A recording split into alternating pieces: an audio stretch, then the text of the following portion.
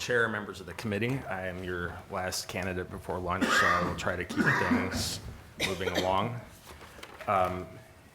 As I've reflected over the in-person interviews that I've done, putting my application together, I think you all have a daunting task, reduced to one word: trust. What 5 individuals do you trust to be the successful candidate who any randomly selected Iowan, any randomly selected attorney could appear in front of, with the confidence to know that their cases were being heard intently and deeply and with discernment, and decided justly within the full range of human emotions. I'm going to try to demonstrate, not just with my words, but with evidence, why I believe that I'm worthy of your trust to be on that list of 5. First, a diverse practice experience sustained over time in multiple ecosystems. Iowa Legal Aid for 7 years, Iowa Court of Appeals as a staff attorney for 2, and service to the Iowa Department of Education, the people of the state of Iowa, for the past 18. A track record of academic excellence across disciplines, and with an additional bonus degree, an additional master's degree that I never thought I would use until I was hired by the Department of Education, and now I use it daily, as well as writing for publication in a useful manner, including one law review article that I co-authored with Judge Vitaswaran that is, according to my Google Scholar alerts, been cited by the Iowa Court of Appeals and the Iowa Supreme Court 102 times. You do not preserve error by filing a notice of appeal, but it's also been cited for additional propositions as well. I've also given the Iowa Department of Education and all of my clients my best efforts. In my current position, I have served 4 governors of both parties, 7 directors of the Department of Education, and 3 state directors of special education, all of whom have received my best efforts, my candid advice, and once decisions are made, my full cooperation. And with that, Madam Chair, I'm more than willing to take some questions. All right, and we'll start with Commissioner Chase. Thank you. Thank you for your application. When we met, you talked about your role being preventative law or a preventative lawyer. Can you explain and expand on that, and how does that prepare you for the Court of Appeals? Anytime a case gets into the judicial pipeline, something has gone wrong. The easiest dispute to prevent is one that never occurs. And the purpose of the Court of Appeals, a high volume of cases, justly and promptly, is to provide guidance to individuals so that their disputes do not recur. The best Court of Appeals decision has a light footprint, but also settles an issue so that the litigants, the parties to the dispute, can move forward. So if in the course of drafting an opinion, there's an opportunity to signal what would or would not be a good path forward in the future to prevent future disputes, I think that that's a proper role. Thank you. Commissioner Boyer. Mr. Mays, thanks for your application. In the past, we talked about your fast-paced environment and needing quick decisions. How do you feel this will help in the Court of Appeals? My past 24 months, I've highlighted in my application, and it's been exhilarating and extremely fast-paced. I likened it to riding a mechanical bull in a country bar, because there are, we need you at this subcommittee hearing at 9 a.m. tomorrow morning. We need you at this committee hearing to represent this priority. Here's the priority, go do it. And I'm reading a bill, walking over to a subcommittee hearing or a hearing of the Administrative Rules Review Committee. Although I'm not currently in a litigation, I'm not currently in the litigation ecosystem, I am government practice is extremely fast-paced and pivoting on a dime. And what I thought I was going to do in any randomly selected day is not what I do. Commissioner Marquardt? Yeah, thank you for your application. One of the things we talked about when we met was your sort of quasi-judicial experience at the Board of Education. Can you talk to us about that experience and how that might help prepare you for the Court of Appeals? Thank you. I served from August of 2020 until June 30th, 2023, when the alignment bill moved that work to full-time administrative law judges, where it probably should have been to begin with. I was the department's assigned administrative law judge for appeals from school boards. So I presided over late filed open enrollment appeals, whether that late filing was for good cause, presided over a dispute regarding promotion and retention in grade, should a kindergartner be moved to first grade or not, presided over a long-term removal appeal when an individual made a death threat, a threat to shoot up the school, over social media, resulting in half of the children being withheld from that high school the next school day. A couple of procurement appeals and a couple of challenges to competitive grants. So although I've not sat on a district court bench, I have been a finder of fact and concluder of law, at least at the proposed decision stage. Commissioner DeFord? Good morning, Mr. Mays. You're somewhat unique with your background compared to the other applicants with kind of specializing in education law for several years. How do you believe that benefits you in potentially being appointed to the Court of Appeals, and how, on the flip side, what would you do to make up for maybe having less experience in other areas?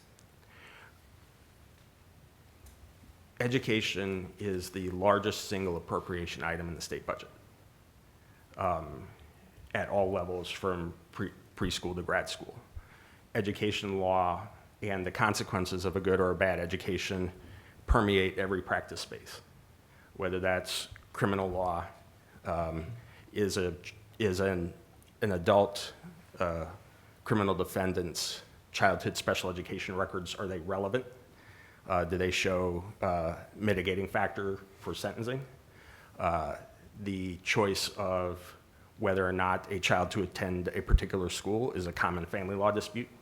So education permeates throughout the typical docket of the Court of Appeals, and not just education law, but government practice writ large. I've specialized in school law, specifically the rights of individuals with disabilities, but in a government practice environment. And I think that would be unique. But finally, before coming to the Court of Appeals, or not the Court of Appeals, before becoming a staff attorney at the Court of Appeals, spent 7 years at Legal Services. So the breadth of practice experience there and the depth in my current assignment. Now, as far as shortcomings, I think that criminal law, aside from my own traffic tickets, I've not been to criminal court, but criminal law is adjacent to, overlaps with education law in many respects, including the first example I provided. Thank you. Commissioner Parrish? A traffic ticket is not criminal law, I don't think. But anyway, I have a lot of questions I'd like to ask you about Department of Education, but I digress. The other day, I took the picture of the Court of Appeals, and I took Tom Bauer out of that picture, right? And I thought there was a huge hole there, okay? What do you bring from the Department of Education to the Court of Appeals, knowing that we're gonna have a big missing piece of the puzzle to get this court on a track that will leave a great legacy? I had the privilege of practicing before Judge Bauer when he was on the district court bench, including a multi-day contested case concerning child custody, and derived from him and learned from him the importance of what he brought from the district court to the Court of Appeals. Discernment, an even hand, listening to all people. I think that, although I don't have the specific career trajectory as Judge Bauer, I would like to think I have the same personality attributes and that, and professional attributes, and that, like Judge Bauer, who never shirked any task, I've taken any task assigned to me regardless of who assigns it. Thank you. Commissioner Graber? Thank you for your service to the state of Iowa and for your application, and I have no questions. Commissioner Schnur? Thanks for your application. Real quick question, you've kind of touched on it, but one of the main functions of the Court of Appeals is to review what happens in district court. And so some people say that experience in district court is important. You've had some, but it's been about 20 years, it looks like, from your application. Tell us why that should or should not be a concern for folks making the decision today. Well, the interim time between legal services and the Department of Education, I worked for the Court of Appeals for 2 years as a staff attorney, seeing the review process. The second way I think I might feel that shortcoming or perceived shortcoming is some of the scholarship I've written about review of agency action, preservation of error, some of the more practice-oriented pieces of my scholarship. So I think that those two things, even though I haven't been in court except for what I now know is my non-criminal traffic tickets, I have sort of the skill set to address your concerns. Okay, thank you very much. Commissioner Hanson? Good morning. As you know, the Court of Appeals has an incredible caseload. How do you balance the need to process decisions quickly, but also to be very thorough in doing it? I think that involves a degree of decision-making triage. What is the least burdensome, least complex, most efficient way to reach an outcome? I've spoken in several of the individual interviews about a good decision being like electricity and taking the path of least resistance. If there is a clear decisional rationale, why burden the parties or the record with a more complex resolution? So I think within each case, there's an opportunity to look for, applying Occam's razor. What's the most efficient, complete outcome? Thank you. Commissioner Roberts? Thank you. Thomas, so you've worked for the Court of Appeals before. You've been a staff attorney for a couple of years. Can you talk about how that experience being a staff attorney for the Court of Appeals will help you be prepared to hit the ground running if you were appointed? First of all, it has given me a deep respect for the institution in a way that folks who haven't served as law clerk to the Court of Appeals or staff attorney have. None of the judges who I served are currently on the Court of Appeals, but there's some longitudinal history there. The justice who I clerked for, Justice Carter, was one of the first members of the Iowa Court of Appeals. He was one of the first 6. So I have sort of an institutional respect for the court due to my clerkship for Justice Carter as well as service as a staff attorney. I know what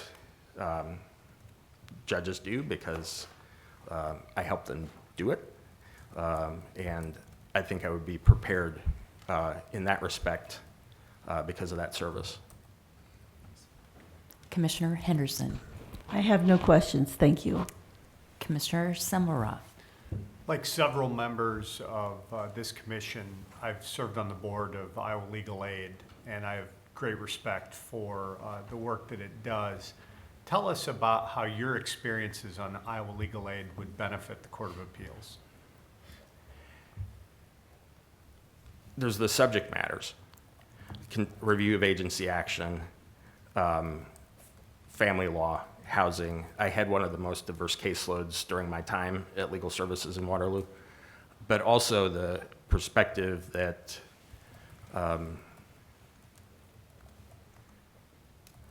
Iowans come in all shapes and sizes and incomes.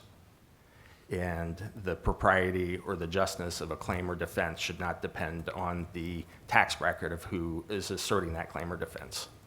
And a lot of times, my clients didn't believe I believed that. You're not a real lawyer. If you were, you'd be charging me. But I did my best to them first, and then everybody else in the transaction, to ensure them that your claim is just as valid as if it were held by Elon Musk, although I didn't know who Elon Musk was at the time. Thank you. Commissioner Hardkoff, I have no questions, thank you. Commissioner Spees. Thank you. I too have my hats off to you and your work with Iowa Legal Aid. Do you keep your finger on the pulse of the Court of Appeals, having been a staff attorney there, and have any observations about the current environment on the court and whether it's taking a direction that is different than you expected when you were a staff attorney, and how would you, I guess, influence the environment on the court, the professional environment? I judge the professional environment based on the outcome. I read every other filing, so especially if there's an agency action. And the outputs still continue to be swift and just in a high-volume environment. I have friends who still work for the Court of Appeals. We overlapped as staff attorneys, but we don't talk shop. As far as the current environment of the Court of Appeals, I judge it most by its output.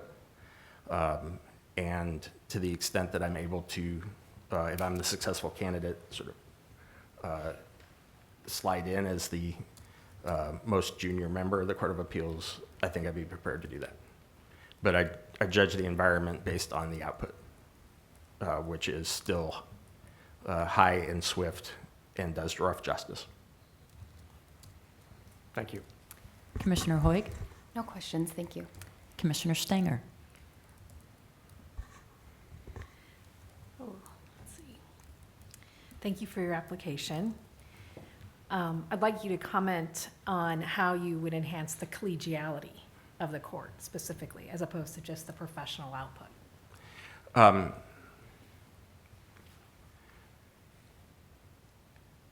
I wake up every morning wanting to do two things.